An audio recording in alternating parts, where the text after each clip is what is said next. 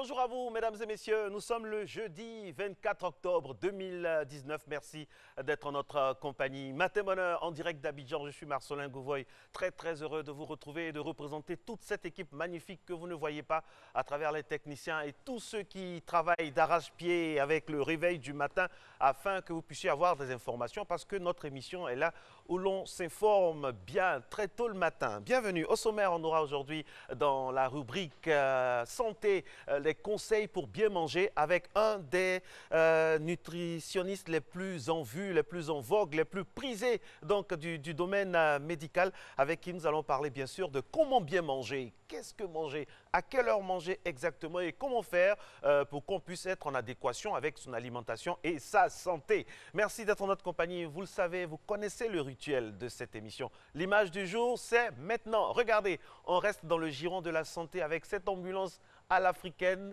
système D, la débrouille à outrance dans un village du nord de notre pays. On fait avec les moyens qu'on a parce que quand on n'a pas ce qu'on aime, il faut aimer ce qu'on a. Regardez cette ambulance qui, voilà, fait ce qu'elle peut. C'est une ambulance vraiment originale et nous aimerions saluer tous ceux qui font tout pour que, quels que soient les moyens qu'ils ont pour travailler, ils font tout pour sortir quelque chose, comme tous les artisans de la matinale hein, ce matin, entre guillemets, tous ceux qui travaillent d'arrache-pied, Madame Dindane, Lengani, tous nos gars de la caméra, et aussi lui, Régis. Bonjour Régis. Bonjour Marco. Comment ça va mon très cher Régis? Ça va très bien ce matin. Bien réveillé? Très bien réveillé. Même si je me suis réveillé à 2 h du matin. Oui, c'est ça. Pensant que, voilà, justement, pensant qu'il était 3 h, je me suis réveillé à 2 h, mais bon. Vous avez vu l'ambulance là? Oui, j'ai vu l'ambulance. C'est une ambulance assez spéciale quand même. C'est spécial, hein? Justement. Ça montre quand même que les gens se débattent, hein, malgré les moyens qu'ils justement, n'ont les pas. maigres moyens, les gens se débattent quand même. Allez, il est 5h59, dans une poignée de secondes, il sera 6 h. Nous sommes très heureux d'être en votre compagnie, en direct d'Abidjan pour Matin Bonheur, la première édition donc, du premier jeudi de la saison. On y va avec Régis Kofi.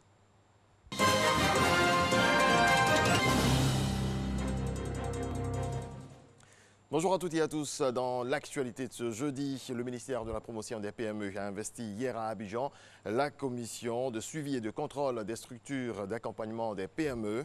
C'est un axe majeur de la politique du gouvernement qui veut améliorer l'implantation et le dynamisme de la chaîne des petites et moyennes entreprises. Lanciné Bakayoko.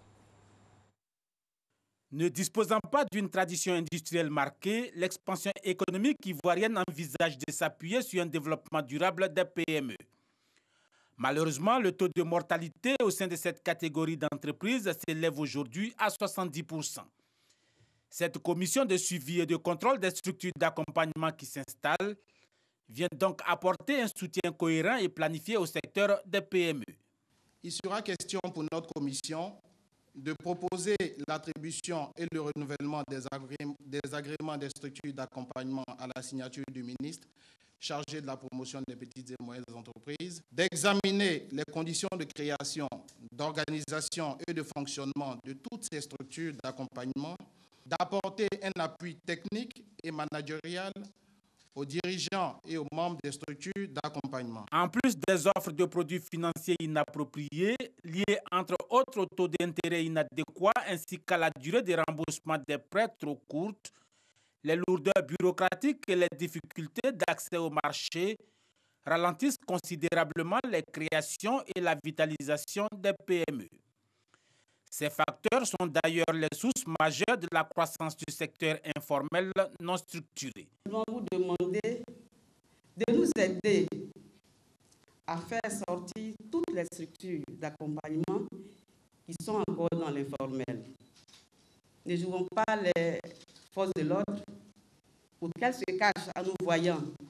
Soyons des managers, faites en sorte qu'elles viennent se conformer à la réglementation.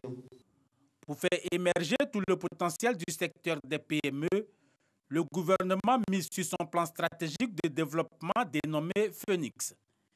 D'un coût de 350 milliards de francs CFA sur 4 ans, ce plan inclut la création d'une maison des PME ainsi que la mise en place d'un fonds de garantie de 30 milliards pour l'accompagnement des apprenants.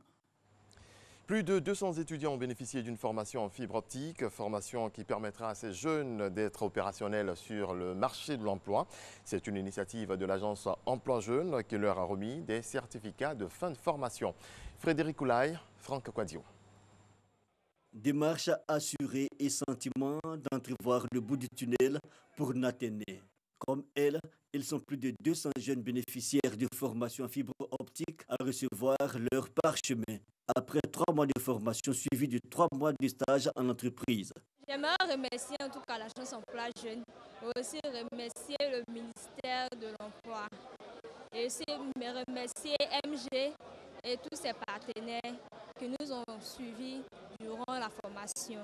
En tout cas, on a eu beaucoup de conseils, de formation. Il y avait le professionnalisme qui était là aussi. Donc vraiment merci à tous. Cette formation a vraiment boosté ma carrière. Je ne m'y attendais pas. C'est un impact vraiment positif. Puisque de par ma position, j'arrive à vraiment coacher, encourager et conseiller mes petits frères qui sont à l'école, qui n'espèrent pas, parce que souvent on se dit que quand on finit l'école, est-ce qu'on peut vraiment avoir un métier?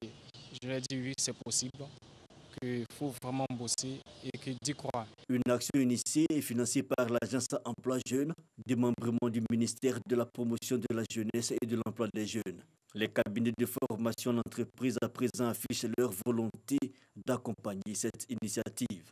On a à peu près 6 mois de formation et sur chaque formation, vous avez 3 mois théorie et 3 mois en pratique.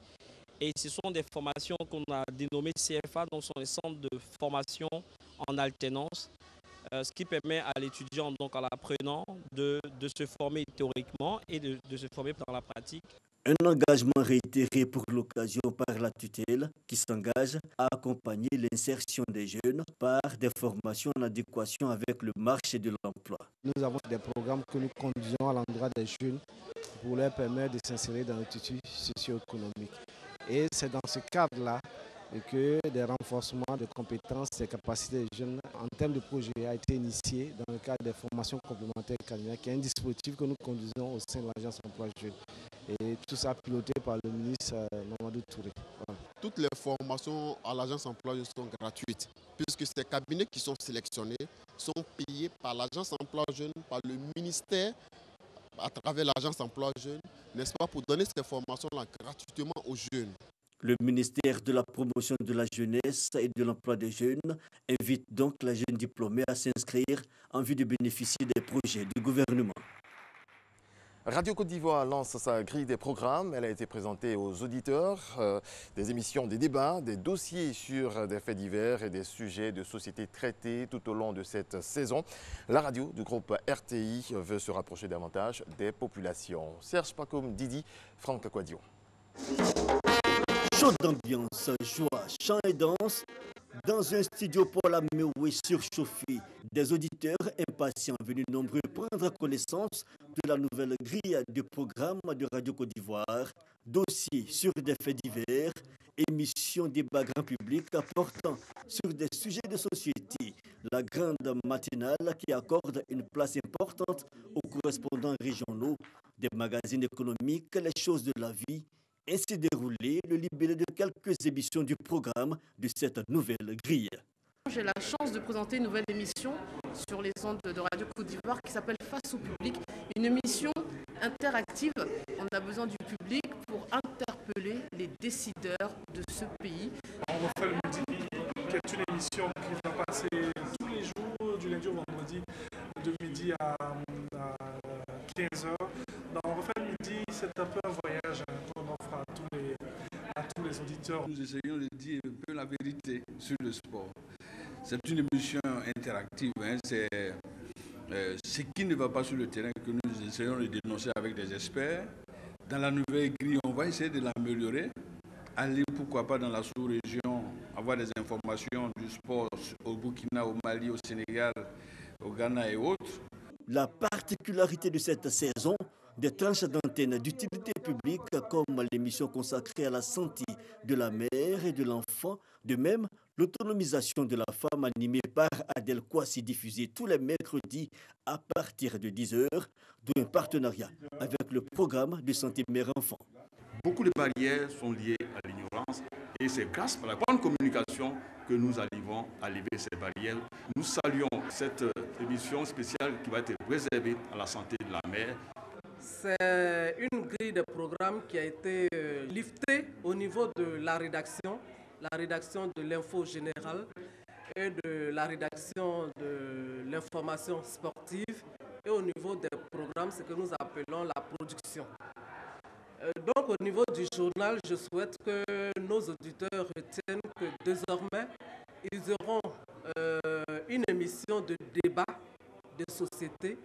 Au niveau de l'information également, on aura un bulletin régional qui va nous ramener sur les antennes les préoccupations les plus élémentaires des populations ivoiriennes, de la population ivoirienne. Chaîne généraliste portant le triptyque éduquer, sensibiliser, informer, Radio Côte d'Ivoire veut désormais être plus proche de ses auditeurs. Voilà, c'est la fin de ce bref regard sur l'actualité. Merci à toutes et à tous de votre attention. On se retrouve tout à l'heure à 6h30 pour l'actualité africaine. Merci beaucoup Régis, avec beaucoup de plaisir, on va vous retrouver. Matin Bonheur se poursuit, mesdames et messieurs. N'oubliez pas que dans quelques minutes maintenant, nous allons avoir notre rubrique Espace Vert qui permet d'avoir des informations sur tout ce qui rythme l'environnement, mesdames et messieurs. Aujourd'hui, nous allons recevoir une personne idoine qui viendra nous parler donc de la couleur du temps, la météo. Monsieur Eklou sera là pour nous parler un peu de ces saisons qui changent, la pluie pendant la saison sèche pendant la saison de pluie, tout ça. Il va nous dire ce qui se passe. Et puis, ça a une incidence sur la santé, hein, parce qu'il y a une recrudescence de grippe, de palu, tout ça. Donc, on aura des informations assez pointues là-dessus. J'aimerais avoir une pensée pour toutes ces femmes braves qui se réveillent le matin dans nos villages, toutes ces femmes-là qui se réveillent avec le chant du coq et qui vraiment abattent un travail colossal. Toutes ces femmes du monde entier, comme celle-là par exemple, Rosa Parks, mesdames et messieurs. C'est l'une des plus grandes dames que l'humanité ait connue parce qu'elle a osé s'asseoir un 1er décembre 1955 dans un bus à la place réservée aux Blancs. Oui, c'est parce qu'à l'époque, on n'avait pas le droit de s'asseoir à la place des personnes de la couleur dite supérieure de l'époque, pour les jeunes qui nous regardent. Eh bien, cette dame-là a brisé le tabou et s'est assise. Ça a provoqué un tollé aux États-Unis. Depuis, Rosa Parks est rentrée dans les annales, dans l'histoire de l'humanité. Elle s'est éteinte un 24 octobre 2005, la native de l'Alabama. Et on aimerait ce matin vraiment lui présenter tous nos respects et puis avoir une pensée pour celle qui est partie et qui a bousculé l'Amérique aux côtés de ses pères, Martin Luther King. Voilà, c'était en 1955 et il y avait une résonance particulière jusqu'aujourd'hui. Alors aujourd'hui, nous célébrons le décès de son départ. C'était, je le rappelle, le 24 octobre 2005. Une pensée également dans un tout autre domaine pour ces footballeurs qui sacrifient leur vie pour leur carrière. On a l'anniversaire aujourd'hui de Mr. Wayne Rooney qui célèbre son 34e anniversaire. Wayne Rooney, footballeur anglais, donc qui s'est démarqué par sa vivacité sur les terrains et ses tirs à longue distance et surtout par sa pugnacité. Wayne Rooney à qui nous disons ce matin Happy Birthday, champion. Happy Birthday, joyeux anniversaire, champion. Mesdames et messieurs, ça tombe bien, le couloir est tout trouvé avec Wayne Rooney, le sport, le football, et puis notre coach, le sport, le fitness. On y va.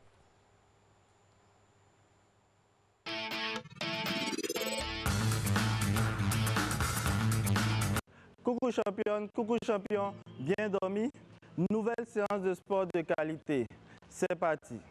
Aujourd'hui, spécial corde à sauter. Comment choisir ta corde à sauter? Tu prends une corde, tu vas mettre ton pied au milieu et mesurer la taille. Lorsque la longueur de la corde est en bas du nombril, c'est pour le niveau supérieur, pour ceux qui sont vraiment très forts. Pour les débutants, la longueur de la corde doit se situer entre le nombril et l'épaule. Si elle dépasse, ce n'est pas ta longueur, ne l'utilise même pas. Donc, reste entre l'épaule et le nombril. Tout de suite, place à l'échauffement. Dépose ta corde et on commence à marcher. Les bras restent le long du corps. N'oublie pas, cette marche-là ne doit pas du tout excéder 2 minutes. Utilise tout l'espace qui est devant toi. Marche rapide. Invitation des bras. Je suis ton coach pour cette année. Donc, toutes les séances sont suivies, sont bien précises. Ne loupe aucune. Prends ta corde.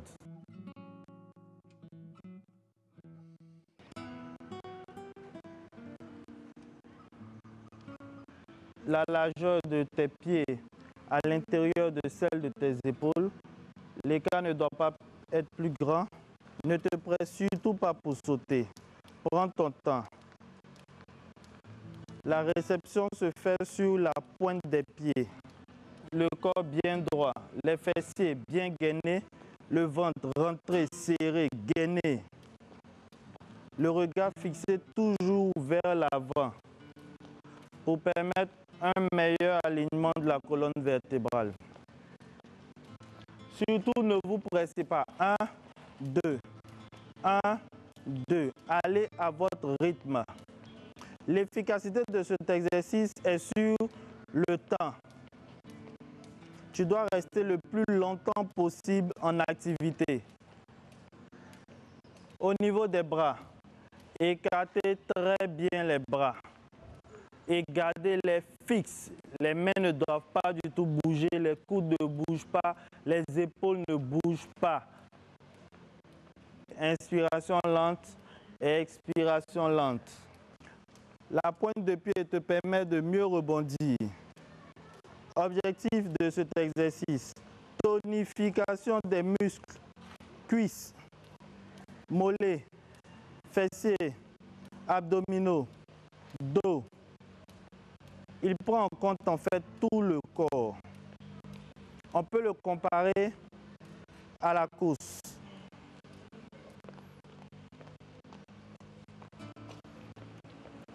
Tu n'as pas de corde à sauter, ce n'est pas un problème.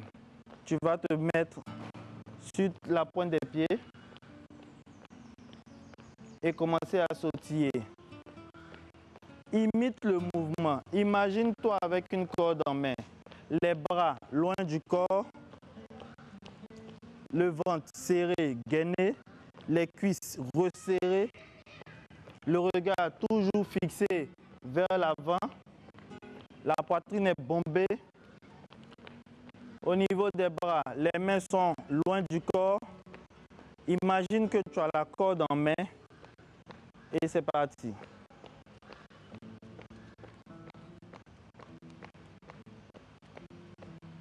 Bravo pour cette superbe séance. Tu te rends compte maintenant que ce jeu de sauter à la corde que tu pratiquais tout petit a beaucoup de vertus.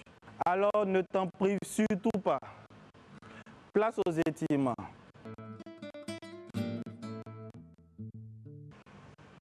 Reste là. 1, 2.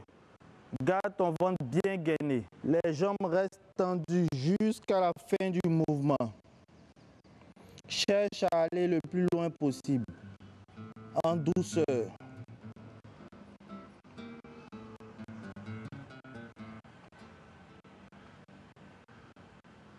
Superbe séance. À la semaine prochaine. Retour sur le plateau avec notre coach qui va crescendo. On va tout doucement, on respecte un programme qui va nous conduire jusqu'au 26 juin 2019. On aura l'étirement, on aura, il y a eu la corde à sauter, on aura beaucoup d'autres choses qui vont vous permettre de vous réveiller du bon pied. Puis quand on se réveille, c'est vrai, on a besoin d'infos, on a besoin de sport, mais on a aussi besoin de nos journaux quotidiens. Et sur le plateau de la matinale, celui qui s'en occupe tous les jours, c'est Renaud Kevino. Bonjour Renaud. Alors, on va commencer tout de suite, c'est la revue de presse.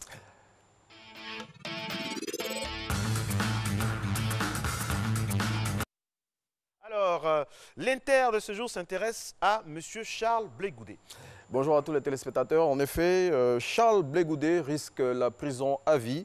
C'est ce que titre en manchette l'Inter ce matin. Et les juges de la Cour d'appel d'Abidjan, il faut le savoir, devaient statuer hier sur la possibilité de la tenue d'un procès en Côte d'Ivoire. Et l'ex-leader de la Galaxie patriotique est poursuivi pour crimes contre des populations civiles et crimes contre des prisonniers de guerre.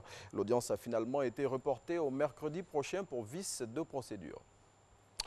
L'audience, oui, deuxième titre auquel on s'intéresse ce matin, c'est le Patriote. En effet, le Patriote qui barre à sa une, Bédié sera un adversaire facile à battre. Cette phrase, Marco, est extraite de l'interview accordée par le Patriote, le journal proche du RDR plutôt, à un cadre du RDR, un cadre du RHDP plutôt, M. Biti Kokora Pierre, ce transfuge du PDCI, dit que la vigueur du RHDP fera toute la différence en 2020. On reste avec le Patriote qui nous emmène en Russie où séjourne en ce moment le président de la République Alassane Ouattara. Le chef de l'État a pris part hier à la cérémonie officielle d'ouverture des travaux du Forum économique Russie-Afrique. Cette rencontre vise à mettre en place les conditions favorables pour le développement des relations économiques entre la Fédération de Russie et le continent. Et elle réunit plusieurs chefs d'État et de gouvernement africains ainsi que des acteurs du secteur privé et public russe. Alors, l'expression, mesdames et messieurs, s'exprime bien sûr et nous donne des nouvelles du 4e pont, mon très cher Renaud. La délivrance dans 10 mois, c'est ce que clame l'expression de ce jour. Et pour étayer ses propos, le journal nous livre des images de l'état d'avancement des travaux de cette infrastructure qui viendra mettre fin aux populations des souffrances, aux souffrances des populations plutôt de la plus grande commune d'Abidjan. Un coup d'œil à Soir Info qui tire la sonnette d'alarme sur une situation qui pourrait engendrer des drames à l'avenir. Oui, cette situation, ce sont les travaux qui sont réalisés actuellement à la baie de Biétry et le journal fait toute la lumière sur ces travaux et donne l'alerte pour éviter que des drames se produisent à l'avenir. Et puis, une note triste, Soumaro Moriféré a effectué son dernier tour de piste, le premier à avoir remporté 4 fois le rallye du Bandama s'en est allé. Décédé le dimanche dernier des suites d'un malaise, le pilote a reçu les hommages de la nation et de ses proches hier avant d'être inhumé au cimetière municipal d'Abobo. Soumaro Moriféré Dissoum est l'un des pilotes ivoiriens de rallye les plus titrés en Côte d'Ivoire. Le premier, comme vous l'avez dit Marco, à avoir remporté plusieurs fois le rallye de Bandama. Allez, on referme la revue de presse en Grande-Bretagne où une ville entière a fait face à une épidémie de diarrhée récemment. Il s'agit des résidents du domaine de Lady House à Rockdale, dans la région du Grand Manchester. Et selon les victimes qui, pendant plusieurs jours, avaient pratiquement élu domicile dans leur toilette, c'est le cas de le dire Marco, le virus diarrhéique était lié à des travaux réalisés il y a peu dans les conduites d'eau de cette ville. Voilà. J'espère que ça va. Hein. On n'a encore rien mangé ce matin. Non, on n'a encore rien mangé ce matin. Donc il n'y a pas de risque de diarrhée. On n'a surtout pas bu d'eau aussi. Et surtout, il faut retenir que les conduites d'eau de la RTI sont hyper propres. Donc il n'y a pas de risque ici. On chope le virus de la diarrhée. Les prochains contrôles sanitaires. Merci infiniment. Merci Marco. On se retrouve demain pour une autre revue de presse. Toujours avec le même plaisir. Allez, mesdames et messieurs, on va passer sans transition maintenant avec notre rubrique Espace Vert. Il n'y a pas de jingle en ce moment, mais ce n'est pas grave. Nous allons aller directement avec l'invité, Monsieur Eklou Fernand. Il est chef service prévision générale et météo marine de la Société d'exploitation et de développement aéronautique, la météo, c'est-à-dire la Sodexa. Monsieur Clou, bonjour. Bonjour, monsieur. Alors, dites-nous, il pleut et il fait chaud, il pleut. On ne comprend plus rien dans les saisons et ça nous fatigue au niveau santé. Qu'est-ce qui se passe, monsieur Clou? Dites-nous tout, éclairez nos lanternes météorologiques, s'il vous plaît. Ok, merci beaucoup, monsieur Marcelin. La saison des pluies bat son plein pendant ce mois, comme d'habitude. Ce que je peux dire, c'est que le plus souvent, les populations ont tendance à oublier ce qui s'est passé antérieurement. Donc, quand on regarde, les pluies au niveau du littoral ivoirien se déroulent de la période de septembre à octobre. On peut avoir quelques intervalles, c'est-à-dire des balancements qui peuvent aller d'1 à 2 semaines. Voilà. Donc, pour ce qu'on a, c'est tout à fait normal. On peut avoir de légers changements mais la saison demeure. On a des images qu'on peut envoyer en même temps, hein, Jacques Brou. Merci beaucoup. Cette image, c'est l'image d'une de nos stations centenaires, parce que la Côte d'Ivoire dispose d'au moins 3 stations centenaires. Donc la Sodexam a été récemment primée pour ces stations centenaires. Donc ces stations centenaires nous ramènent des informations sur les éléments tels que la pression, la température, l'humidité et le vent. Ce pas les stations synoptiques? Oui, ce sont des stations synoptiques. Parce que là, vous avez des relevés de tous les paramètres météo à des heures synoptiques. C'est-à-dire chaque 3 heures, vous allez voir un observateur au niveau de la station faire des relevés sur les différents paramètres que nous avons. Voilà. Donc, ces différents paramètres vont être utilisés pour pouvoir prévoir le temps futur. Donc, au niveau de la Sodexam, nous disposons d'outils tels que les images satellites, des ordinateurs qui nous ramènent des informations sur les modèles météorologiques. Et grâce à ces informations-là, nous pouvons faire des prévisions sur les jours à venir. Vous vous rappelez, en début d'année, la Sodexam avait émis des bulletins pour dire que nous aurons des pluies abondantes cette année. Donc, on a eu la première vague, voilà, qui est passée, mais cette première vague a donné des pluies qui se sont étalées sur toute la période, ce qui a fait qu'on n'a pas eu... C'était éparse. Voilà, donc on n'a pas eu de grands dangers et ça s'est déroulé normalement. Mais ça, c'est pour le littoral. Les régions du nord du pays ont connu beaucoup de pluie pendant cette période-là. Si vous vous rappelez, il y a eu même des inondations au niveau de certains bassins, les rues qui ont été coupées au nord et autres. Donc cela est dû à la forte précipitation que nous avons connue pendant cette période-là. Ce qui m'amène ici à parler des crues. Parce que ces genres d'images... Nous avons des images qu'on peut passer pour voir, pour entériner ce que dit le monsieur sur le plateau. Voici la réalité, c'est de ça que vous parlez? Oui. En fait, ces précipitations sont dues un peu à des crues rapides, ce genre d'inondation. Donc, ce qu'on a, c'est que l'inondation peut avoir plusieurs causes. On peut avoir une cause lente qui est liée à une précipitation abondante, par exemple, loin de votre région. C'est-à-dire, toutes ces eaux vont ruisseler, aller vers des cours d'eau, tels que les fleuves. Et au fur et à mesure de l'écoulement de ces cours d'eau-là, on peut avoir des débordements. Donc, ces débordements sont liés, en fait, aux crues. Mais au niveau de la ville d'Abidjan, nous avons eu des précipitations, des inondations qui sont dues à des crues éclairs.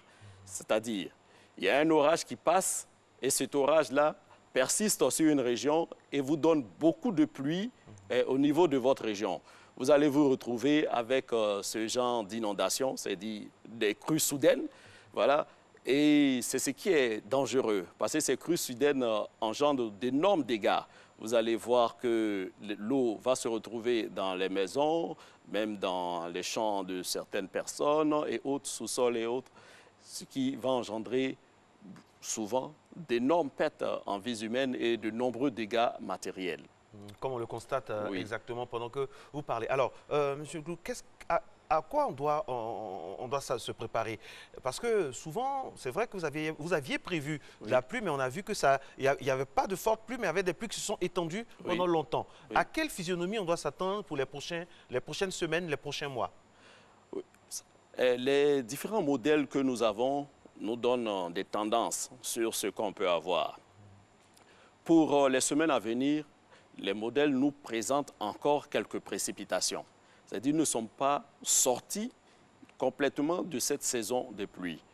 Vous allez constater qu'au fur et à mesure qu'on va avancer, c'est-à-dire vers la mi-novembre, avec des intervalles d'1 à 2 semaines, que les pluies vont commencer à se raréfier.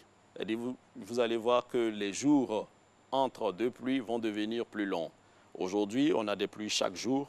Et vous allez voir que vers la mi-novembre, on va commencer à avoir des pluies environ 2 à 3 jours. Et ces pluies-là vont au fur et à mesure quitter notre région pour laisser place aux vents secs d'harmattan qui viendront vers la fin novembre, le début décembre.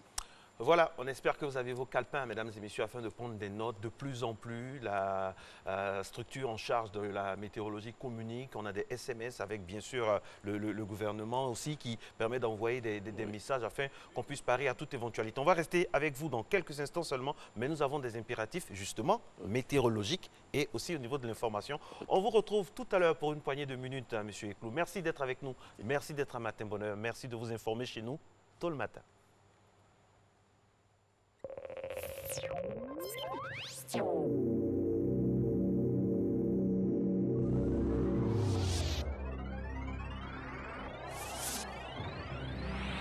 L'Université Dakar Saré, faculté des sciences sociales, Business School International, chaire universitaire de prospective stratégique, organise les 24, 25 et 26 octobre 2019 un symposium du management. Au programme, colloque scientifique, journée de découverte, école d'excellence, atelier doctoral, exposition dédicace, publication en management, lieu campus université Dakar Saré, ex-université en Patéba, Cocody les 2 plateaux 7e tranche, Infoline. Université Dakar Saré, voir au-delà du présent.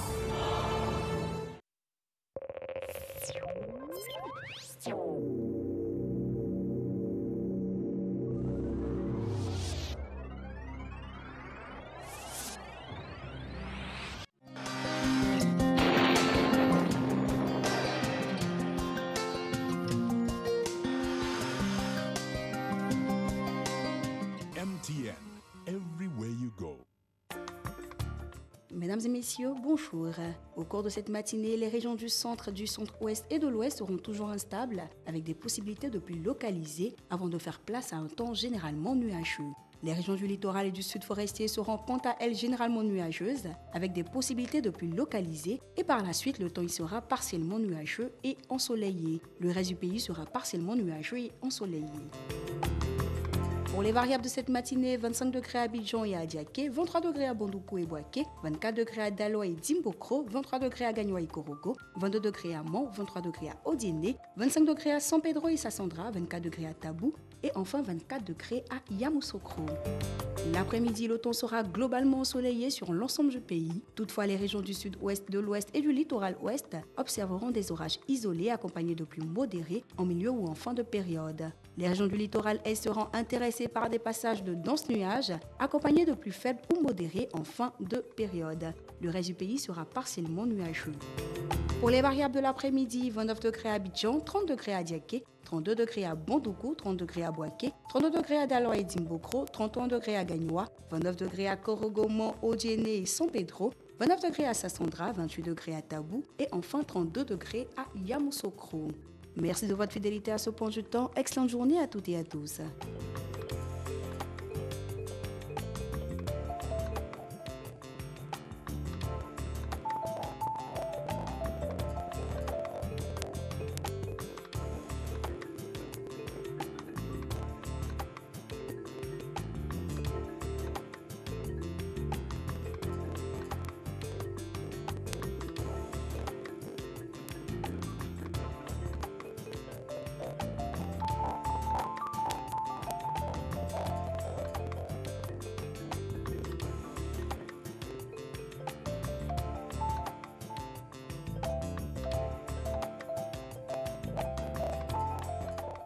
MTN, everywhere you go.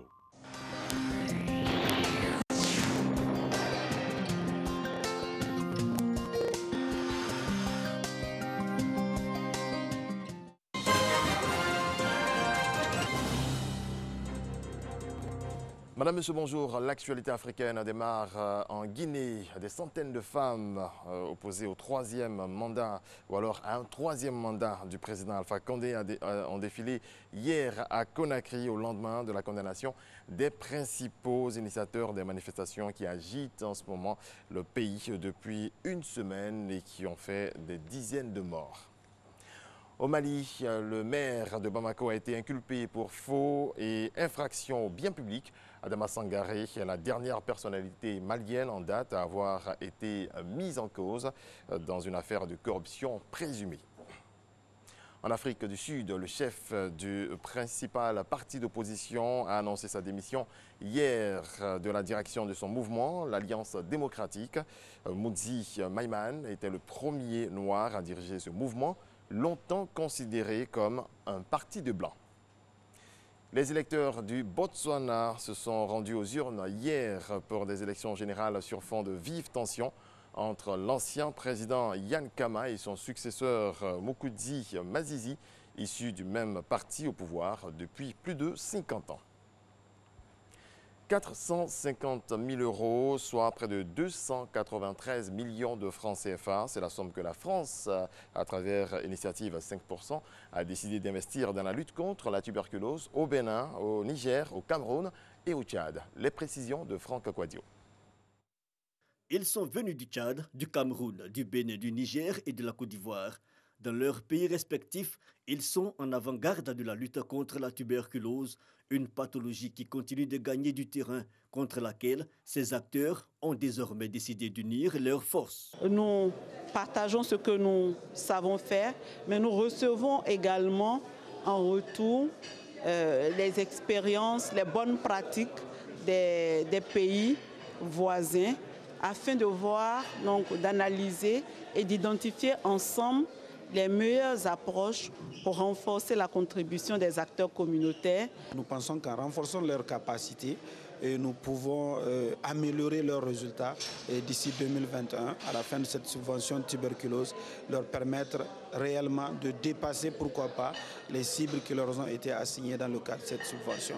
Selon le rapport mondial 2017 sur la tuberculose de l'OMS, l'Organisation mondiale de la santé, les programmes nationaux ne détectent et ne traitent que 25% des cas de tuberculose en Afrique de l'Ouest et du Centre, d'où l'importance de la forte implication des communautaires que la France, à travers l'initiative 5%, a décidé d'accompagner. L'initiative 5% dans cet atelier appuie le volet communautaire pour le renforcement des acteurs communautaires dans 4 pays, le Niger, le Tchad, le Cameroun et le Bénin, porté par l'Alliance Côte d'Ivoire, qui est un projet qui est de 450 000 euros.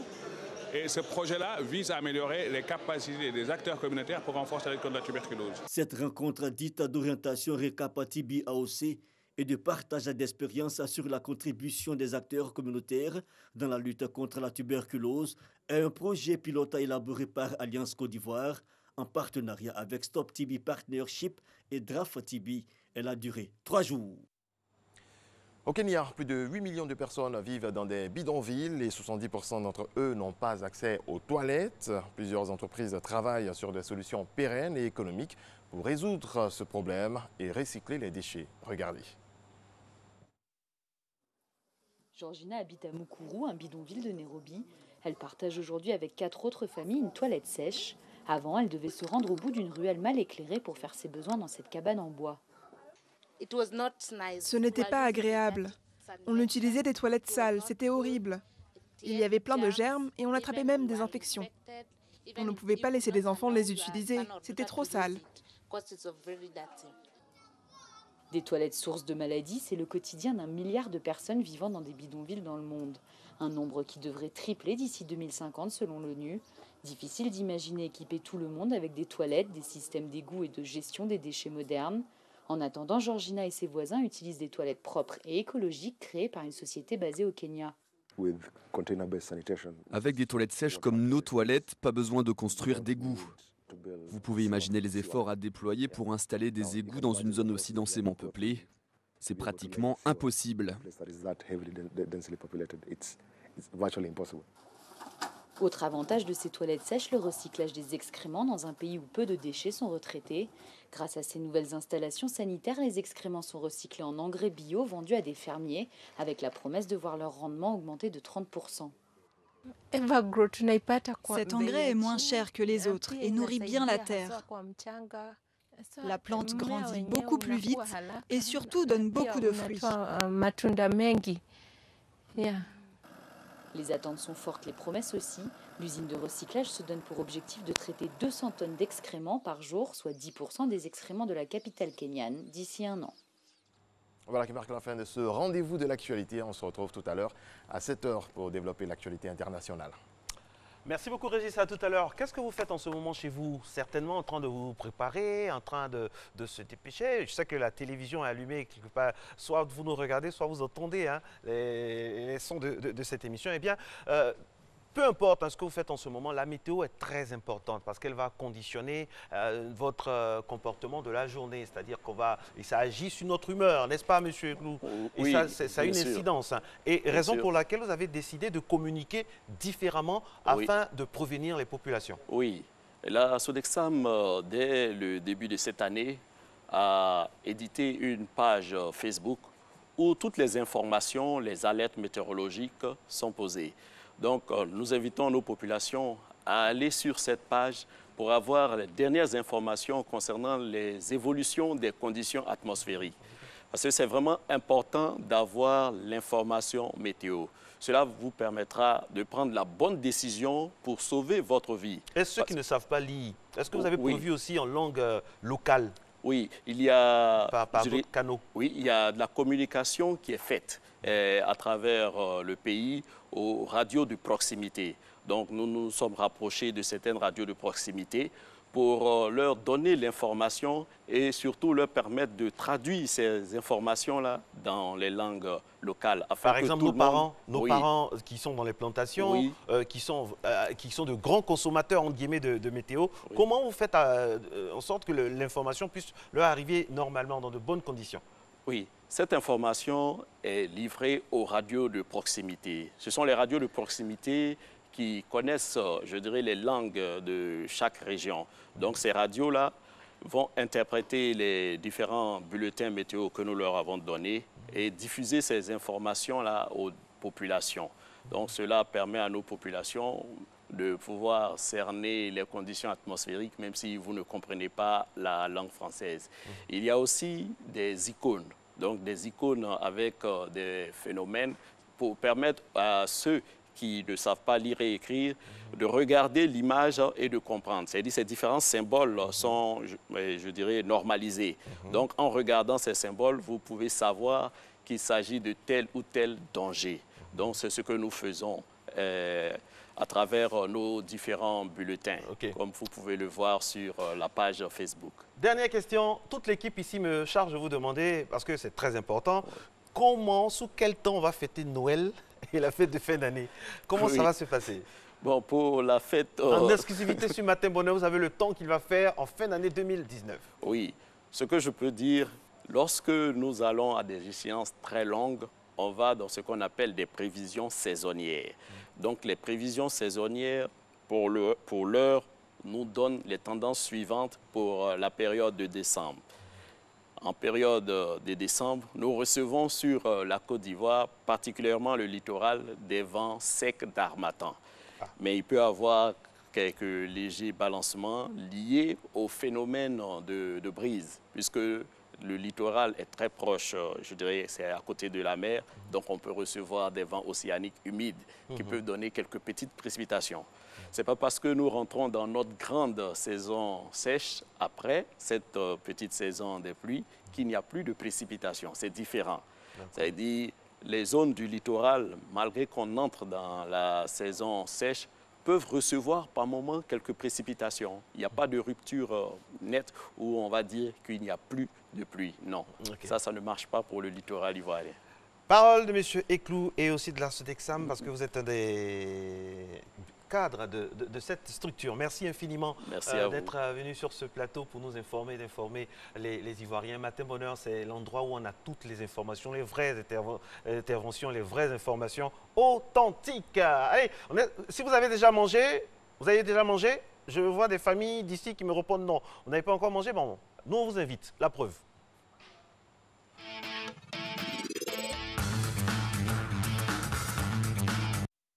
Histoire du petit déjeuner, mesdames et messieurs. Chaque jour, comme ça, nous épinglons un petit déjeuner, que ce soit qu'il soit issu de ce petit déjeuner-là, de nos cultures ou d'ailleurs. Aujourd'hui, nous allons vous parler d'un des mets les plus prisés en Côte d'Ivoire. Qui n'a pas son endroit en Côte d'Ivoire de Kédjenou? Regardez, le petit déjeuner aujourd'hui, c'est le Kédjenou. Et oui, le Kédjenou de poulet est un petit déjeuner. Oui, c'est un mets traditionnel baoulé.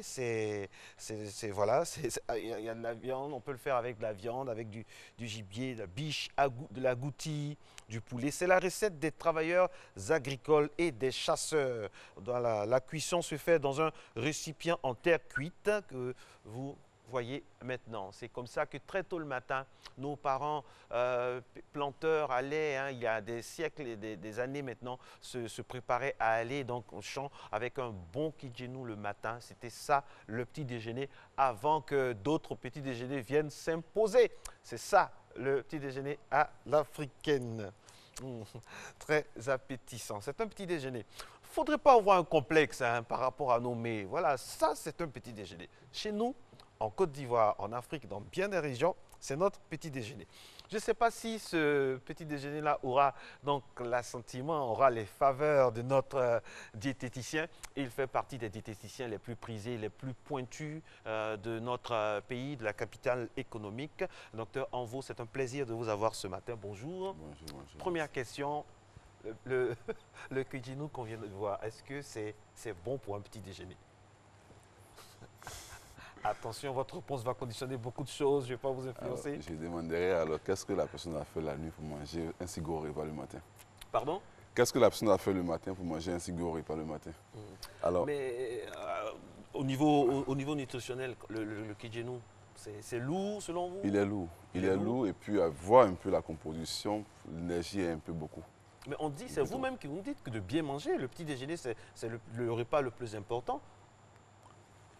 Vous nous dites ça toujours. Le petit déjeuner représente autour de 20 à 25% de l'énergie journalière. Voilà, donc, et bien manger le matin, juste prendre 25% de l'énergie le matin, ce que je viens de voir peut représenter pour des 30% de l'énergie journalière. Mais ici, c'est du poulet fumé, si c'est bien, si on a tout fait pour qu'il n'y ait pas trop d'huile dedans. Vous savez, nos mamans au village, elles ont une manière de préparer sans que ce soit trop gras. Est-ce que, bon, je prends par exemple un demi-plat de kijenu le matin, là c'est bon. Abidjan ici au village. Abidjan comme au village? Je ne conseille pas. Vous ne conseillez pas? Je souhaite que ce repas soit pris entre midi et 15h. Ah, entre midi et 15h. Pourquoi? Voilà. Alors, entre midi et puis 15h, parce que lorsque vous mangez un tel repas, le soir, vous n'avez pas beaucoup faim. Et le soir, vous mangez peu. Enfin, il y a une certaine répartition de la consommation des repas toute la journée. Nous y sommes, parce que effectivement, votre thème aujourd'hui, c'est l'habitude, les habitudes alimentaires des Ivoiriens en général et de tout le monde. Alors dites-nous, quelles sont ces habitudes? On va commencer par le matin. Alors, on devrait avoir. Il faut dire qu'avec la recherche, on essaie d'adapter les régimes alimentaires à nos habitudes. Voilà. Alors, nous disons que le petit déjeuner représente 20 à 25% de l'énergie journalière. Le déjeuner autour de 30%, le repas du soir autour de 25%. Alors, nous avons les collations autour de 10 à 15%. Alors, avec la recherche, on se rend compte que ceux qui font un gros petit déjeuner auront tendance encore à manger la journée et encore à manger la journée. Et ils feront 3 gros repas la journée. Et nous dirons, qu'est-ce qu'on fera avec toute cette énergie? Sachant qu'au fur et à mesure que les années passent, nos dépenses énergétiques diminuent. Nos parents d'avant dépensaient plus d'énergie que nous aujourd'hui. Les parents avant pouvaient marcher de Yopougon jusqu'au plateau pour aller au travail. Mais aujourd'hui, nous sommes en voiture. Donc, si nous ne pouvons pas dépenser l'énergie comme les parents d'avant, alors ne mangeons pas comme les parents d'avant. Parce que l'énergie stockée alors va entraîner ce que nous appelons les maladies métaboliques. Il est intéressant plutôt le matin de prendre un petit déjeuner qui va constituer autour de 20 à 25% de l'énergie journalière. Il est mieux. Alors, vous avez dit par rapport à notre société, par rapport aussi à notre travail, celui qui se nourrit, celui qui travaille, qui a un travail qui est basé sur le physique, a une alimentation. Celui qui a un travail qui est plus cérébral a aussi une alimentation. Qu'est-ce qu'on peut dire par rapport à ça? Est-ce que le régime que vous imposez à quelqu'un qui travaille, qui est manutentionnaire ou bien cariste, est le même régime que vous allez imposer à quelqu'un qui est cadre dans une entreprise ou bien qui a un pouvoir décisionnaire? On essaie d'établir le régime alimentaire en fonction de la disponibilité de la personne. Bon, un cadre, je suppose qu'un cadre aura le temps entre midi et puis 15h de manger un bon repas. De midi à midi 30, midi à 14h de manger un bon repas. Alors pour ces personnes, on demande que leur véritable repas se situe entre midi et puis 15h. Pour celui qui est, par exemple, au village, qui fait un gros travail, on leur demande, par exemple, le travail finit à quelle heure? Le travail finit à quelle heure? Si le travail finit à 14 h, on demande que ces personnes mangent un peu plus tôt, autour de 14 h, 15 h, pour que le soir, ils ne mangent pas assez. On a un tableau hein, qu'on a à l'écran actuellement, à l'antenne. On voit glucides, lipides. Est-ce que vous pouvez nous expliquer un peu de quoi ça retourne tout ça? Alors, ce tableau présente ce qu'on appelle la pyramide alimentaire. La pyramide alimentaire qui montre un peu un sommet qui est, effilé et une large base. Une pyramide, quoi. Une pyramide. Et nous voyons ici, si nous voulons commenter de bas vers le haut, alors la base qui est large, on dit par exemple que nous devons consommer davantage ces aliments du bas. Donc, c'est-à-dire que nous devons boire assez. Nous devons boire assez. Et au fur et à mesure que nous montons, au fur et à mesure, vous voyez que cette pyramide s'étiole. Alors, au fur et à mesure que, le tableau, on peut le voir, au fur et à mesure, alors nous devons réduire les consommations au fur et à mesure. On peut ramener la pyramide? Voilà. C'est-à-dire que nous allons faire une bonne consommation au niveau de l'eau.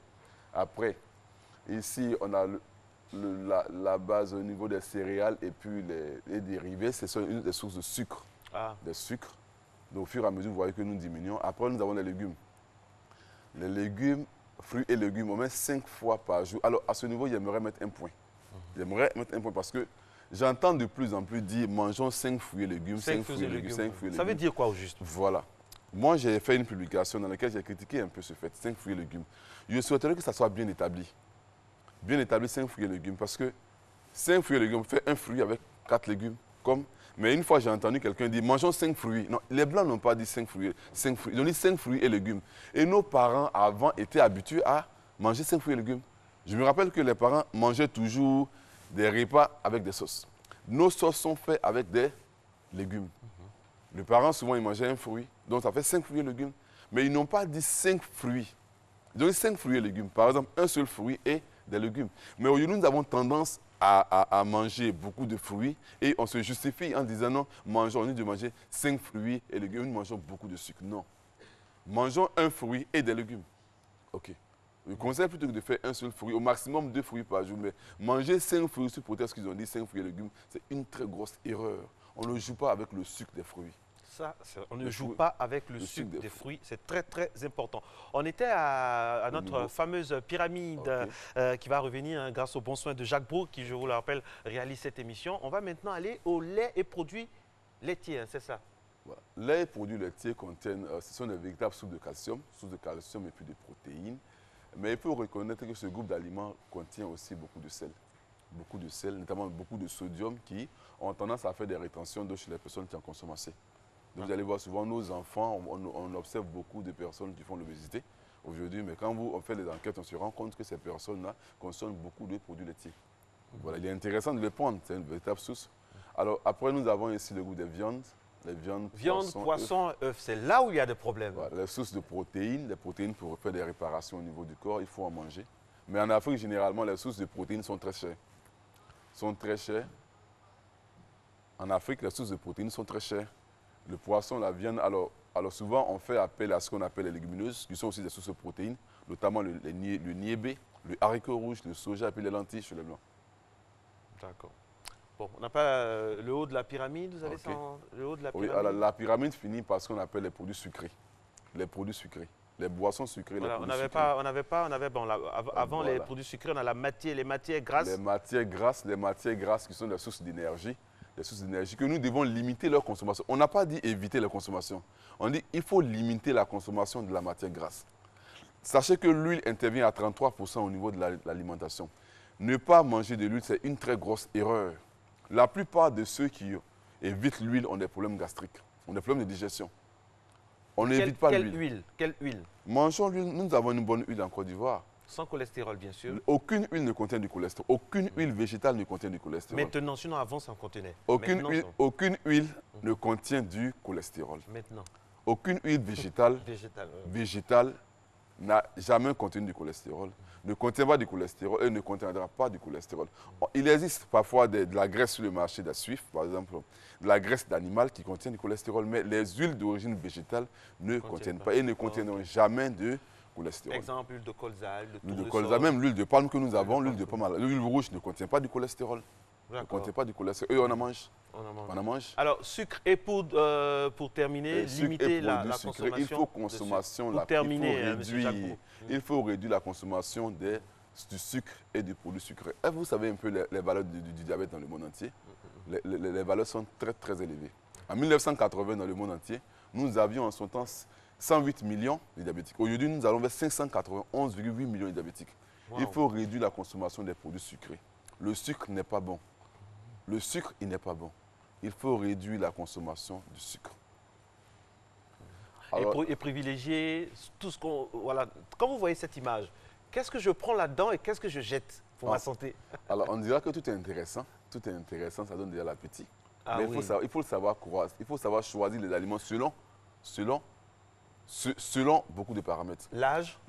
Selon l'âge, selon l'état physiologique. Selon le travail? Selon le travail, selon notre activité. Selon notre pays? Selon notre pays et puis selon aussi nos habitudes, selon aussi notre culture, nos habitudes. Le climat aussi? Effectivement, il faut tenir un peu compte de tous ces paramètres en faisant le choix. Alors, en ce moment, il pleut. Après, on a la chaleur. Quand on a ce genre de temps-là, pour rester synchrone avec le météorologue, qu'est-ce qu'on peut manger pour avoir vraiment de la force, pour développer ces protections immunitaires, si on peut parler comme ça? Moi, généralement, il n'y a pas de régime purement adapté à la variation de température. Seulement que si on aimerait avoir une bonne immunité, on met l'accent sur ce qu'on appelle la vitamine C. La vitamine C. La vitamine C est une vitamine qui intervient dans toutes les réactions. C'est un catalyseur de toutes les réactions du corps. Donc, il faut apporter de la vitamine C, ce qu'on trouve généralement dans les fruits et légumes, mais surtout dans les agrumes. Les agrumes, l'orange, la pamplemousse sont très riches en vitamine C, autour de 40 mg de vitamine C. Et pendant que, par exemple, la banane douce va faire 15 à 20 de vitamine C, si vous cherchez la vitamine C, n'allez pas la trouver dans la banane douce ou dans la carotte, non, allez dans les agrumes. Alors, docteur, j'aimerais qu'on parle quelques minutes, au moins 2-3 minutes de jeûne et alimentation. Vous, en tant que nutritionniste, tout ça, comment vous voyez le jeûne? Parce qu'il y a des gens qui jeûnent régulièrement, très régulièrement, peut-être 5, 6, 7 fois dans le mois. Ça, par rapport à l'alimentation, par rapport à la nutrition, est-ce qu'il y a des dangers? Ou bien il faut savoir jeûner? Comment jeûner du point de vue, pas du pasteur, mais du nutritionniste que vous êtes? Alors, les travaux que je fais en cardiologie montrent que certaines personnes ont des paramètres de santé améliorés avec le jeûne. Je rencontre certaines personnes qui font 2 fois le jeûne en semaine. Leurs paramètres biologiques sont très, très intéressants. Mais il faut savoir jeûner. Parce que souvent, on jeûne mal. Certaines personnes peuvent jeûner toute la journée, puis le soir, ils se gavent de sucre. Pas bon. Pas bon. Voilà. Alors, comment jeûner, selon le docteur? Alors, le jeûne, certaines personnes vont commencer à manger le matin. Nous autres, le matin, quand on veut jeûner le matin, on ne mange pas. Oui. Voilà, on fait jeûne prière, bien sûr, parce que c'est pour la prière que nous jeûnons. On dit à Dieu qu'on jeûne pour toi. Exauce-nous. Alors, et le soir, alors, on peut couper le jeûne avec juste un petit fruit, mais pas de jus de fruits le soir. Quelqu'un qui est anémié, qui jeûne, est-ce qu'il doit prendre de l'eau? Il doit faire du jeûne, ce qu'on appelle communément du jeûne à eau, ou bien jeûne avec des fruits? Comment on fait? Non. Il est dangereux pour celui qui est déjà anémié. Non, il va aggraver son cas. Et diabétique? Ouais, non, alors, généralement, pour ces personnes qui ont cette pathologie métabolique, il n'est pas conseillé de jeûner. Hypertendu? Pas trop conseillé de jeûner. Voilà, parce que alors, celui qui est hypertendu, qui doit prendre des médicaments, s'il doit jeûner, me demande comment est-ce que ça sera le jeûne. Voilà. Ceux qui sont malades, on ne leur conseille pas de jeûner, à moins que vraiment on essaie d'établir ensemble. Les modalités. Une seule fois par semaine? Par semaine, mais il faut l'adapter. Parce que si vous ne mangez pas assez et que vous jeûnez, vous allez faire une hypoglycémie. Si vous êtes anémié, que vous jeûnez, vous allez aggraver votre cas. Un jour, vous allez avoir une hypercréatinémie, la tension va monter, vous allez avoir une maladie cardiaque, mais en vérité, ça sera dû au fait que l'anémie est beaucoup prononcée. Voilà. Donc, il n'est pas conseillé pour ceux qui sont beaucoup malades de jeûner. Pour terminer, docteur, qu'est-ce qu'on peut dire aux Ivoiriens et à tous ceux qui nous regardent à travers le monde entier par rapport à nos habitudes alimentaires? Qu'est-ce qu'on peut dire? Alors, je suis en cardiologie depuis 10 ans où j'observe l'alimentation des Ivoiriens. J'ai beaucoup à dire. Je pense que j'aurai l'occasion de le dire. Nous devons réduire notre consommation en sucre. Je dis en sucre parce que nous sommes en Côte d'Ivoire, un pays béni, nous avons presque tout. Nous avons cette pluralité de menus, de fruits, de légumes, nous avons tout.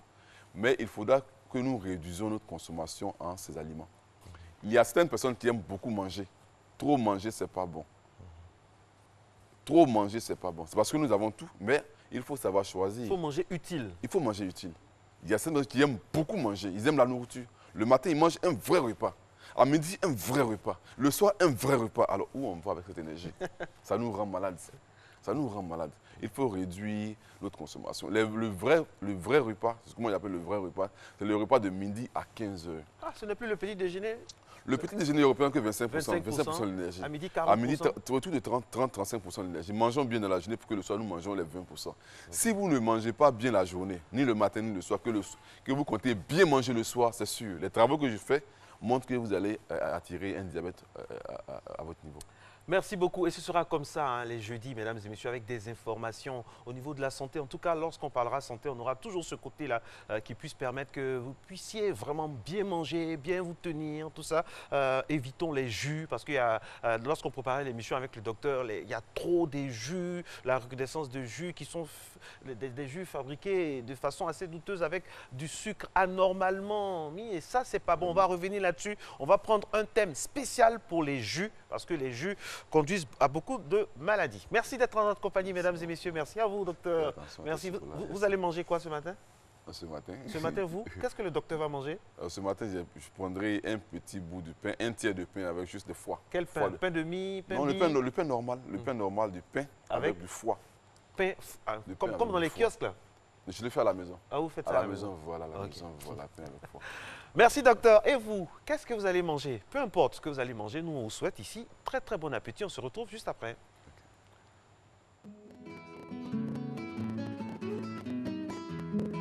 Auditeurs, téléspectateurs, votre radio et votre télé attendent votre contribution pour un grand dessein du service public. Le médiateur de la RTI. Email lemediateur@rti.ci.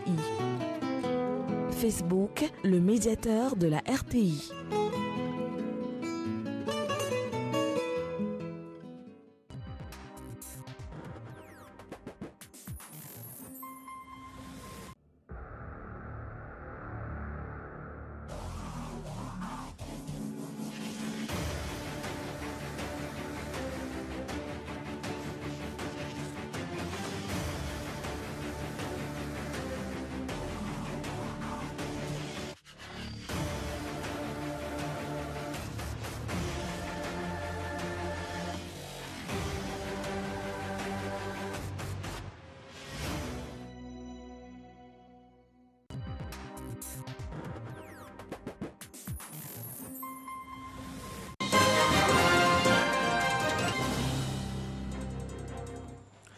Dernier point de l'actualité consacré à l'international et on démarre avec cette découverte macabre. En Angleterre, 39 corps ont été retrouvés dans un camion à l'est de Londres. Le chauffeur a été arrêté pour meurtre et le drame a provoqué une vague de plaintes contre la traite des êtres humains, bien que la police n'ait pas précisé s'il s'agissait de migrants. De violents affrontements entre manifestants et forces de l'ordre éclatent à nouveau à Santiago, Chili, en marge d'un rassemblement contre les inégalités économiques. La crise sociale a déjà fait 18 morts, dont un enfant de 4 ans. La Bolivie connaissait hier une grève générale émaillée de nouveaux incidents pour contester le dépouillement de la présidentielle de dimanche, donnant quasiment vainqueur le président sortant Evo Morales, lequel a dénoncé un coup d'État à son encontre. Un processus de coup d'État est en cours. La droite s'est préparée avec le soutien international à un coup d'État, a martelé hier devant la presse le dirigeant socialiste de 59 ans. Des Libanais manifestent pour le 7e jour consécutif dans le centre-ville de Beyrouth, dans une opposition farouche à l'ensemble de la classe politique. La contestation ne faiblit pas au Liban. Des centaines de milliers de personnes protestent contre des mesures du gouvernement. Ils les accusent d'incompétence et de corruption. Le zooparc de Beauville, dans Loir-et-Cher, a un nouveau pensionnaire, un bébé chimpanzé. Un événement assez rare, explique le soigneur Samuel Radley, puisque c'est la première naissance de chimpanzé en France depuis 2016. Faire congeler ses ovocytes pour différer une grossesse, certaines femmes y ont déjà recours, alors que l'acte est jusqu'ici interdit en France en l'absence de raison médicale. Il figure dans la nouvelle loi biotique. Suivez. Instant de vérité pour Sonia. Pour l'instant 8, c'est très bien. D'être une star. T'as fait qu'un seul côté? Ouais, j'ai fait le premier côté, on va de l'autre côté, ok? Sonia a 36 ans, un travail prenant et pas d'enfant pour le moment. Pour se donner une chance d'en avoir un jour, elle fait prélever ses ovocytes par le professeur Greenberg dans un hôpital de la région parisienne. Mais chaque rond noir, qui s'appelle un follicule, contient un ovule à l'intérieur. Et moi, je vais aller vider ce liquide en espérant récupérer l'ovule qui est dedans. Une fois prélevés, les ovocytes de Sonia sont vitrifiés en laboratoire et placés dans des cuves d'azote. Ils pourront ensuite être décongelés et utilisés pour une fécondation in vitro. Une pratique jusqu'alors réservée en France aux femmes malades de cancer notamment. La nouvelle loi de bioéthique en discussion au Parlement devrait bientôt permettre à toutes les femmes comme Sonia de différer leur grossesse, même si le succès de la technique n'est pas assuré. En aucun cas, il faudra faire penser et renvoyer à ces femmes qu'il y a là une garantie d'obtenir une grossesse avec ce matériel congelé. Ça n'est pas un bébé, ce n'est pas le jeu complet que vous avez mis dans votre main, ça n'est qu'une option, qu'une opportunité qui est offerte sans aucune garantie absolue. Actuellement, les femmes qui veulent congeler leurs ovocytes sans raison médicale doivent se rendre en Espagne ou en Belgique, où la pratique est déjà légale. Mais des médecins français, comme le professeur Greenberg, accompagnent depuis des années des autoconservations d'ovocytes sous des prétextes médicaux plus ou moins avérés. Sonia, par exemple, a des cas de ménopause précoce dans sa famille. L'argument médical, il est encore une fois très discutable, parce qu'aujourd'hui, cette femme-là, elle a des ovaires qui fonctionnent parfaitement bien. Oui, il y a peut-être un risque médical, peut-être, il est sûrement très faible, mais il n'est pas nul. Et puis cette femme-là, c'est tellement compliqué pour elle à gérer, elle n'a pas d'enfant, elle n'est pas en couple, elle n'a pas envie particulièrement de se mettre avec le premier venu. Eh ben, pourquoi je ne congélerais pas? Élodie a elle aussi fait appel au professeur Greenberg. Pour elle, il était grand temps que la loi française entérine une pratique jusqu'alors réservée à des femmes averties et plutôt aisées. C'est une avancée sociétale que je pense vraiment nécessaire et qui est normale, mais que je salue, parce qu'encore une fois, il faut que ça se passe. J'estime avoir eu la chance d'avoir eu cette information et d'avoir pu faire le nécessaire. Donc ça, j'ai envie que d'autres puissent en profiter. Le décret d'application de la nouvelle loi devrait encore définir un cadre et poser notamment les limites d'âge à l'autoconservation des ovocytes qui devraient être limitées à 10 ans. Merci de votre attention, c'est la fin de cette édition. Très belle journée à vous. Merci Régis, avec ces infos-là, franchement, on est en train de discuter avec le professeur Stéphane Adjoussou, qui est professeur de gynécologie obstétrique, qui est notre invité pour la thématique. Et on parlait un peu de ce qu'on vient de voir là. Comment on appelle ça? C'est une manière de différer la grossesse. La grossesse. Oui. Je ne sais pas si en Côte d'Ivoire, on a déjà commencé à légiférer dessus, mais le professeur nous disait que ça pose déjà un problème d'éthique.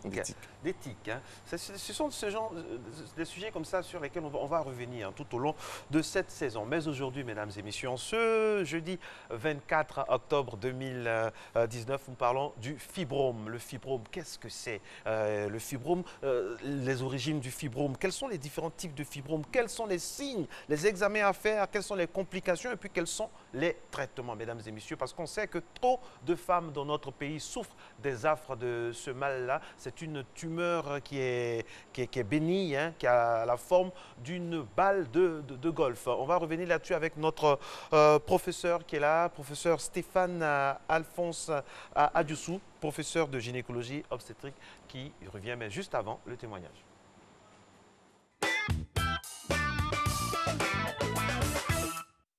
Professeur, c'est calé, hein, c'est dit que beaucoup de femmes souffrent de fibrome dans notre pays. Est-ce qu'on peut avoir des chiffres, des statistiques?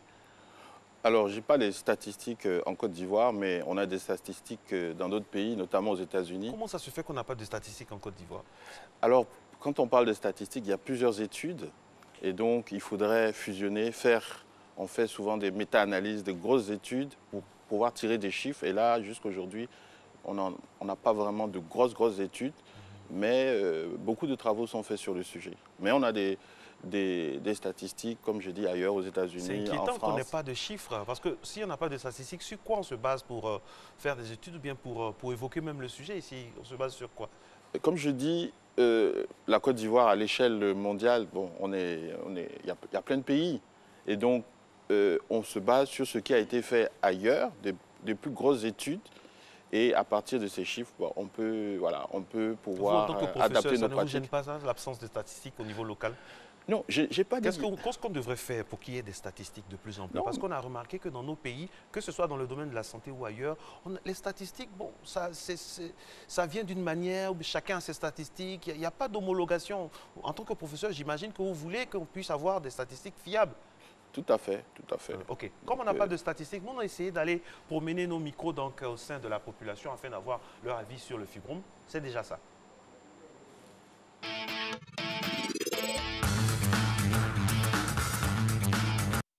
J'ai entendu parler de fibrome, la maladie des femmes qui les fatigue beaucoup.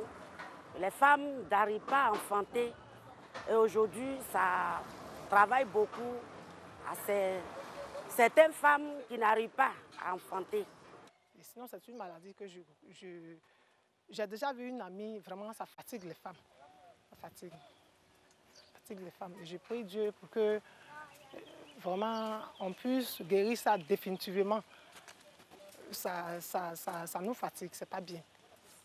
Nous n'avons pas entendu parler de ça. Bon, il s'agit en fait d'une maladie des femmes au niveau de l'appareil génital là-bas. Il n'y a pas encore eu de femmes qui souffrent de ça dans mon entourage.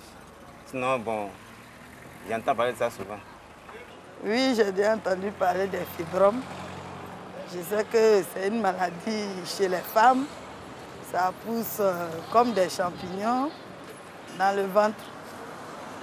Oh, ce que je sais ou ce que j'ai entendu, c'est une maladie généralement qui sévit dans le milieu de la gente féminine.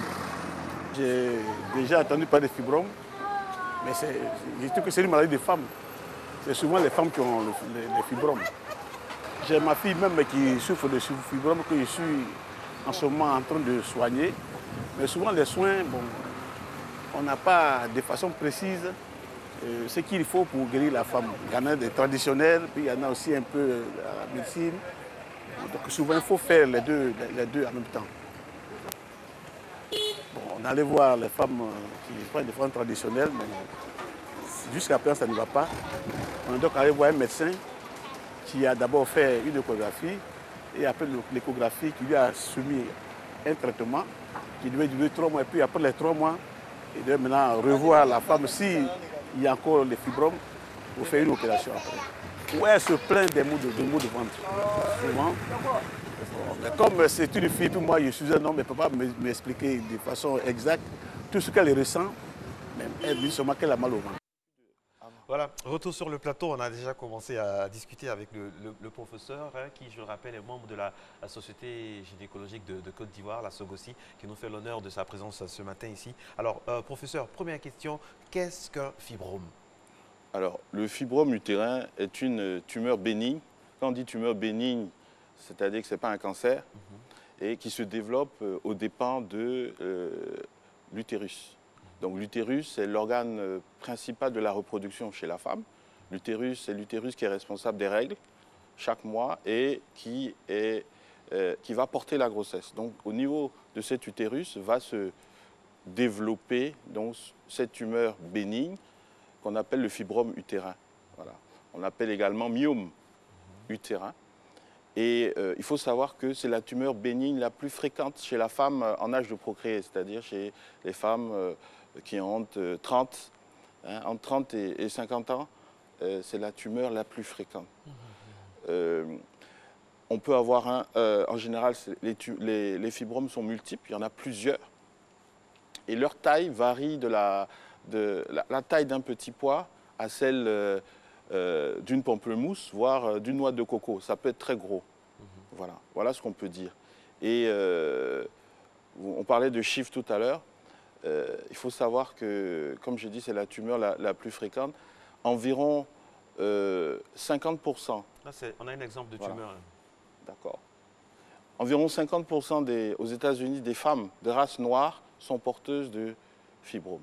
Voilà, c'est près dû de à la quoi? moitié. C'est dû à quoi? Ça nous amène à la question, quelle est l'origine des fibromes? Ça vient d'où? Origine lointaine et immédiate? Alors, l'origine du fibrome n'est pas vraiment connue. L'origine est indéterminée. On sait qu'il y a certains facteurs qui vont provoquer donc la survenue de ces fibromes. Le premier facteur, c'est la génétique. C'est la génétique. Alors, les fibromes se retrouvent en général chez les femmes de race noire. Ah. Voilà, partout dans le monde, que ce soit en Europe, aux États-Unis, en Amérique du Sud, partout, en Afrique, c'est les femmes de race noire qui sont porteuses de fibromes. Donc on sait qu'il y a une composante génétique. Également, il y a un facteur hormonal, il y a les hormones. Pourquoi? On a remarqué que les jeunes filles, avant la puberté, qui ne sont pas encore pubères, donc qui n'ont pas encore suffisamment d'hormones, ne développent pas de fibromes. Et ces fibromes apparaissent à partir de la puberté. Ensuite, on sait qu'au cours de la grossesse, où le climat hormonal est important, voilà, les fibromes augmentent de volume. Donc, sous l'influence de ces hormones-là, les œstrogènes, donc ce sont des hormones, les principales hormones chez la femme, ces fibromes vont augmenter de volume. Et enfin, après la ménopause, qui se passe autour de la cinquantaine, autour de 50 ans, les fibromes arrêtent d'évoluer. Et on sait que pendant la ménopause, les hormones, le taux d'hormones chute, d'œstrogènes chute. Donc, on sait donc que les hormones sont un facteur, n'est-ce pas, qui vont influencer un peu l'évolution de ces fibromes. Et les recherches sont axées sur ce côté-là, Bien sûr. au niveau des hormones. Voilà. Et qu'est-ce que ça trouve? Qu'est-ce que ça montre? Et on est très inquiets, déjà les téléspectatrices sont très inquiètes. Jean-Marc Coca, qui est notre assistant, donc, a déjà en train de recueillir des inquiétudes de certaines téléspectatrices. Pourquoi la race noire? Ben, c'est ce que j'ai dit, c'est la génétique. C'est génétique. Comment on explique ça scientifiquement? Ben, c'est ça, c'est les gènes. Génétiquement, on a remarqué, c'est un constat, que c'est les femmes de race noire qui développent cette affection. Chez les caucasiennes, les femmes de race blanche, il n'y a pas autant de fibromes. Ce phénomène n'est pas aussi important. Okay. Voilà. Alors, quels sont les différents types de fibromes? On a vu tout à l'heure un croquis là qui va revenir grâce à la dextérité de notre réalisateur Jacques Brou. Les différents types de fibromes, qu'est-ce qu'on a? Alors, essentiellement, il y a 3 types de fibromes. Alors, il y a les fibromes interstitiels, intramuraux, qui se développent dans la paroi de l'utérus. On a les fibromes sous-muqueux qui se développent donc à l'intérieur, au niveau donc de la muqueuse de l'utérus. Et enfin, on a les fibromes sous-séreux qui se développent à l'extérieur, n'est-ce pas, de l'utérus. Est-ce qu'il peut y avoir des exemples où on a tout ça en même temps? Bien sûr. Bien sûr. En général, comme je dis, les femmes n'ont pas un seul fibrome, elles en ont de nombreux. Ces fibromes sont multiples. Et ils occupent donc plusieurs positions. Il y a une association donc, de tous ces types de fibromes. Donc, on a tous ces types à la fois en général. Alors, professeur, quels sont les signes du fibrome? Alors, le principal signe du fibrome, c'est ce qu'on appelle les ménorrhagies en médecine. Alors, en fait, ce sont des règles. C'est une femme, normalement réglée, qui va avoir ces règles qui vont devenir abondantes. Elle va commencer à avoir des règles qui vont être abondantes et qui vont être longues.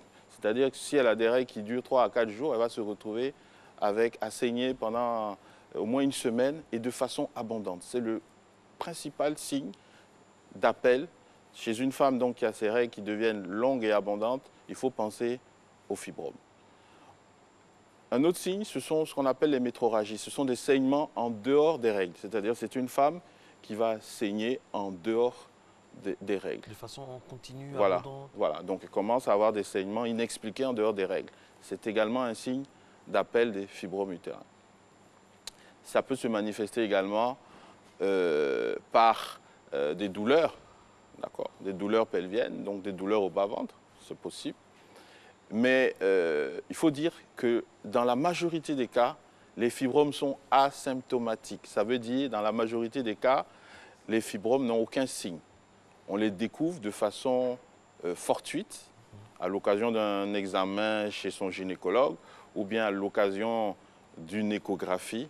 C'est là qu'on va découvrir les fibromes. Donc là, dans la majorité des cas, les femmes sont porteuses de fibromes, mais elles ne le savent pas. La majorité des cas. Et ça, c'est ça qui fait peur et c'est ça qui complique la tâche des médecins, l'ignorance parfois de nos populations, surtout de la gente féminine. On a une pensée surtout pour les femmes en pays rural, en région rurale, pour qui c'est très difficile. Nous allons dans quelques instants être en relation avec nos envoyés spéciaux du matin qui sont sur le terrain, Jean-Marc Oka et Béatrice Quadio. D'un moment à l'autre, on me fait dire qu'il y a un témoignage qui va venir vraiment étayer ou illustrer un peu le thème que nous abordons aujourd'hui. Mesdames et messieurs, nous parlons donc du fibrome. On a vu avec le professeur qu'est-ce qu'un fibrome, l'origine des fibromes et des types de fibromes. Voici un élément, un témoignage certainement. On y va. En 2006, le médecin a détecté qu'il souffrait des myomes. Et depuis ce temps, avant ça même, j'avais des douleurs. J'avais des douleurs, donc quand je suis allée, le médecin a dit qu'il souffrait des myomes. Donc, au fur et à mesure que les années passaient, mon ventre grossissait. Mon ventre grossissait et je cherchais à faire un enfant, je n'arrivais pas, je ne tombais pas enceinte. Je cherchais toujours avec certains médicaments indigénats pour être enceinte. Parce qu'on m'a dit que si je prends grossesse, on peut supprimer les choses, les myomes là, pour que la grossesse puisse rester. Mais tout ça, ça n'a pas marché. Mon ventre grossissait. Mon ventre était devenu gros. Les gens pensaient que j'étais enceinte. Et je disais non, que je n'étais pas enceinte. Il y a d'autres qui voulaient savoir. Ils disent, ah, c'est des fibromes. Par contre aussi, par moments, ça me faisait aussi parfois honte de dire que ah, ce n'est pas une grossesse, c'est maladie. Non, bon, je n'étais pas à l'aise. J'étais pas à l'aise. Et quand les gens me demandaient, je n'étais pas à l'aise. Le message que j'ai pour les femmes qui vivent avec le fibrome, je voudrais vraiment qu'elles se fassent opérer. Parce qu'avec l'indigénat, ce n'est pas évident. Ce n'est pas évident. Moi, j'ai essayé, ça n'a rien donné. Non, il ne faudrait pas qu'elles se mettent dans ça. Il faudrait qu'elles se fassent opérer pour pouvoir avoir les bébés aussi comme moi. Professeur, qu'est-ce qu'on peut dire? C'est poignant, hein? Ça fait beaucoup de mal dans la gente féminine, au niveau notamment des femmes qui veulent avoir un enfant. Quel est le lien qu'on peut faire entre fibrome et fertilité? Très bonne question. Donc, on était en train de parler avant l'élément, on était en train de parler des signes.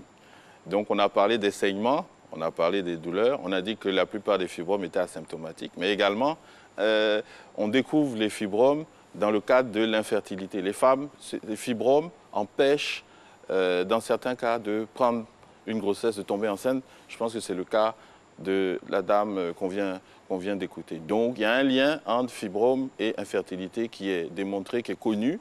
Les fibromes sont à l'origine, dans certains cas, de l'infertilité féminine. Voilà. Alors, quels sont les examens à faire en cas de fibrome, professeur? Donc, l'examen, n'est-ce pas, de première intention, l'examen phare, c'est l'échographie. Okay, donc, cet examen qui permet donc, à l'aide d'une technique avec des ultrasons, qui permet donc de voir ce qui se passe à l'intérieur, n'est-ce pas, de l'organisme. Et donc, l'échographie pelvienne, permet donc de mettre en évidence ces fibromes utérins-là. Alors, quelles sont les complications du fibrome? Alors, les complications sont nombreuses. Alors, liées au saignement, vous avez donc, chez certaines femmes, des saignements qui sont tellement abondants que ces saignements sont à l'origine d'une anémie. Donc, la complication vraiment majeure, c'est l'anémie, donc qui est le manque de sang. Et cette anémie peut, si elle est grave, entraîner le décès. Donc, l'anémie consécutive au saignement, donc c'est vraiment le gros problème. Également, il y a les complications mécaniques. Dans certains cas, la dame en a parlé, le fibrome va augmenter de volume. Il va devenir tellement gros, je vous ai dit qu'il pouvait aller de la taille d'un petit pois à celle d'une noix de coco, les fibromes sont tellement gros, n'est-ce pas, qu'ils vont comprimer les organes de voisinage, notamment la vessie. Donc, c'est des dames qui vont avoir des difficultés à uriner. Ces fibromes vont comprimer en arrière le rectum.